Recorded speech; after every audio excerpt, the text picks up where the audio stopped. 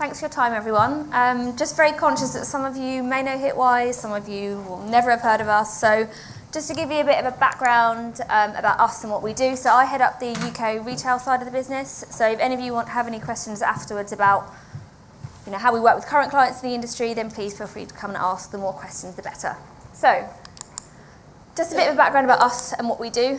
A really, really simple way to describe Hitwise and kind of what we're about is it's almost like having all the great data that you'd get from your site-centric tool, but for all of your competitors and for the whole internet. What really makes us different is all about the scale. So in the UK, for example, we have a pool of just under 3.5 million people, and we see everything they do online. So we can see how they've got to a site, what they've done when they're inside a website, like whether they bought or not, what products they've looked at, and what they do afterwards. So we've got this big pool of people, and we can see their entire digital footprint. Some few stats there about the coverage that we've got and some of the numbers that we work with. You think about keywords, for instance, it's 160 million monthly keywords that we track. So big scalable data. Okay. I'm going to be speaking to you a little bit, firstly, about just the subscription box industry, some of the key trends that I'm seeing with my clients and what we're pulling out from a digital perspective, just to give you a bit of a background in terms of how I'm defining the subscription box industry. What I've done is I've taken the top 170 websites that contribute to the subscription box economy online, and I'm treating that as the industry. Feel free to ask any questions about how you can customize that afterwards as well, because you can obviously slice and dice that. So, just a couple of top trends to call out. So, this is data over the last 3 years. So, we hold 3 years worth of historical data, and the reason that's important is obviously just so you can get a bit of context in terms of growth online. What we're seeing here, so you can see the years down here at the bottom, and even though actually, when you take the subscription box as an industry, it actually only accounts for 0.2% of the entire traffic that's driven to the retail industry online, so any kind of transactional retailer. So actually in volumes, it's really small, but purely from a growth perspective, just last year, over the year of 2017, it's grown by 30%, which actually, when you compare that to a lot of the other umbrellas under the retail space, that's really, really significant. So that's one of the biggest sub-growing industries. Every year I do a webinar for my clients about what happened over Christmas and Black Friday, and subscription boxes and personalisation is, in my 7 years at Hitwise, something that I call out every single year. Okay? So if I just break this down a bit more granular over the last couple of years, what we can really see here is if you look at 2015, actually there's a pretty even split between traffic to subscription box sites for November and December. So in 2015 we saw 4.5 million visits in November, December, pretty much even across those 2 months. Similar trend really for 2016, November and December were pretty even. But what we saw last year was a massive shift. So we can see here that November had 12% more visits for the subscription box industry compared to the month of December. So really big shift there. And the reason behind that was obviously, as I'm sure you guys have guessed, Black Friday, Cyber Week, and discounting in the run up to Christmas. So when we break down the overall umbrella of the subscription box industry, what's purely driving that shift, or mainly driving the shift in fact, is the subcategory of fashion and beauty, and they're the ones that are really seeing the biggest uptick in terms of the shift to November type traffic. Okay, so it's 21% higher year on year than it was in December the year before. Food and alcohol is pretty flat, as is lifestyle sites. Okay. Now this really actually surprised me when I was putting this together. I thought I was pretty au fait with some of the top brands in the industry, but there were some real surprises here for me and some of my colleagues. So when we start to break down each of the different subcategories under, again, that umbrella of subscription boxes, what we can see here is within fashion and beauty as an example. Again, if anyone wants the detail behind how I've defined fashion and beauty, then feel free just to ask afterwards. You can see the top players here are, Look Fantastic, Harry's, Birchbox. Food and alcohol there, and this is purely just based on visits. We do have the ability to pull actual conversions data, so people are actually buying stuff rather than just looking at stuff online. And then you can see lifestyle, and that's kind of pets, stationery, that kind of thing. But actually, this is the kind of data that our clients are currently using to really keep their finger on the pulse when it comes to disruptors. Harry's is a brand that I've been asked about. I had a lot of frantic calls over OND last year about Harry's and how they were disrupting the industry and some of their routes to market. So these are kind of some of the top rises year on year for October, November, December of 2017 versus the same time period for the year before. Okay, and again, there is a lot of detail that sits behind this. So for example, you guys might be saying, well, okay, it's fine to know that Harry's a market disruptor, but how have they done that? That's kind of what our data is about, is building those attribution models and saying, well, tell me everything they've done that's led to that surge in traffic. Okay, so this is some of the trends that actually sit behind some of the brands that are disrupting the industry. So if I take that period of Q4 for 2017 versus the same time period for the year before, here are some of the top disruptive search terms that are driving more clicks now than they were a year ago. So you can see what's really driving the big growth from a fashion and beauty perspective of some of these terms here. Food and alcohol, guess that comes as no real surprise. Gin. Gin baubles were, I think it was 1,500 and something % year-on-year shift in the demand. So that's one of the huge trends that we saw with gin, but it's very much across categories. And then you can see some of the lifestyle shifts there. And how you can actually really kind of action this data is things like PPC and also informing product mix. So a lot of our clients use our data to inform their buying and their merchandising decisions as well. Okay. So what I've spoken to you about already is really just understanding overall trends. So it's very much kind of from a traffic perspective. But what we can also do is actually have a look and see what audiences sit behind that demand. So it's fine, knowing kind of top level traffic demands, but who are the audiences that actually sit behind the demand for subscription boxes? So here is a typical kind of pen portrait of what a subscription box shopper looked like for Q4 in 2017. So we've got a skew towards the 18 to 24s, skew towards females, with a high propensity to be from the southeast of London and the southwest of London, and then personal income. It's slightly divisive here in the sense that you've got kind of the low income earners and then the over 50k earners. So that was a typical shopper in Q4 last year. But actually, when we look at the year-on-year shift, so how has the subscription box profile demographically changed year-on-year, we're seeing the biggest surge in shift to the over 45s from an age perspective, so a 40% year-on-year uptick in that demographic. But the biggest one we saw was the males. And there is a couple of key niche brands actually kind of coming back to the Harry's example that I referenced earlier that actually sits behind that.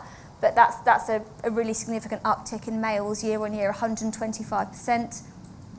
London and East of England are the two postal areas that we're seeing the biggest uptick in year-on-year shift from as well, and the personal income between 40 and 50k. Some of you guys in the room may be familiar with Kantar TGI. So they're a huge market research company. They're one of our biggest data partners, and there's a lot of attitudinal data that sits behind the profiles that they provide to us and that sits inside our platform. So what I've done here is I've just done a bit of digging into the subscription box shopper and pulled out a few kind of attitudinal and lifestyle statements that they're much more likely to care about versus the UK average person. So you can see here just a couple of examples. There's a lot of interesting stuff that came out here, but you can see here what they're much more likely to indicate that they care about versus the UK average person. So external recommendations, celebrity endorsements, fair trade, vegetarian and veganism to a certain extent actually came up quite significantly when I was pulling this data. So that's really kind of from a content, messaging, upsell, cross-sell perspective. That's what the actionable data from this slide is. Okay, so again, when we start to break down that industry into the three core pillars, you can see some key kind of demographic profile differences between those four sets. So, let's go back to there. So you can see obviously fashion and beauty, slightly younger demographic, primarily female, the more kind of urban profile and the lower income. Whereas food and alcohol has got a bigger skew towards males and a significantly higher personal income bracket there. Okay, so again, some of our clients that we work with in this industry are actually using this data to a certain extent inform their pricing and their cross-sell and upsell opportunity strategy as well. Okay. We noticed as well a couple of interesting year-on-year shifts in terms of the kind of consumers that are shopping for these kind of subscription boxes, and then the overlap between some of the other sub-areas. So if we look, for example, at the subscription box shopper for fashion and beauty, what we're seeing here is a 90% year-on-year shift in the propensity to also be shopping for food and alcohol subscription boxes. So you can really start to see what, again, some of the overlap is and some of the wider interest from an engagement targeting perspective. Okay, so those ones are the key ones to call out, really the biggest shift in fashion and beauty and food and alcohol overlap, and also fashion and beauty and lifestyle overlap as well. Okay, so now I'm going to do a bit of a deep dive into some examples for Birchbox. So collaborations is obviously a key part of anyone's strategy in this industry, and we've just pulled out a couple of examples of best practice, if you like. So a lot of our clients are using our data to inform their collaboration strategy, but also to measure. So it's obviously a frequent thing that's being done by Birchbox. A couple of key examples for last year and the beginning of this year as well. And I just thought it'd be a really nice, interesting story to tell behind how successful some of those collaborations were.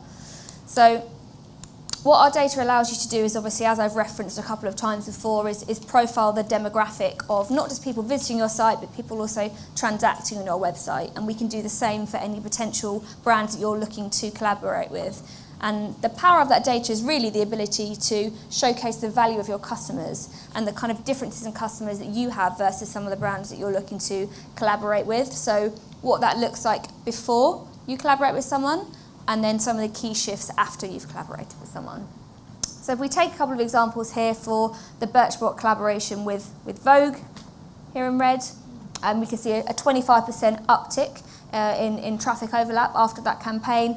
Matthew Williamson, 59%, and then Oh Dear, which is kind of more of a stationary brand, 267% uplift. So there's a lot of actual raw numbers that sits behind that. So again, after the session, feel free to speak to me about any of the numbers that sit behind that. Okay. And again, you can see, the previous slide looked at the uptick in traffic to Vogue, Matthew Williamson and Oh Dear, and then equally you can see that the benefit there from an uptick in terms of the Birchbox audience as well. So again, if you look at Oh Dear, that's a really nice example to call out. It's a 250% uptick in their audience as a result of that collaboration. Okay, so just a bit of context in terms of what these audiences look like ahead of the collaboration. So pre-collaboration, what we saw is that Birchbox had just over 110,000 audience size. And the way I've defined this audience, just to give you a bit of context, is either visits to the Birchbox website or searches for Birchbox subscription box. But again, you can be creative with how you define that audience. Before the collaboration, Oh Dear, 33,300 audience size. Actually only has an audience overlap of 1,000. There's some similarities, but also some key differences there in terms of the kinds of demographics that they're attracting before the collaboration, primarily actually around income and regional penetration. So Oh Dear have a bit more of a skew towards females as well.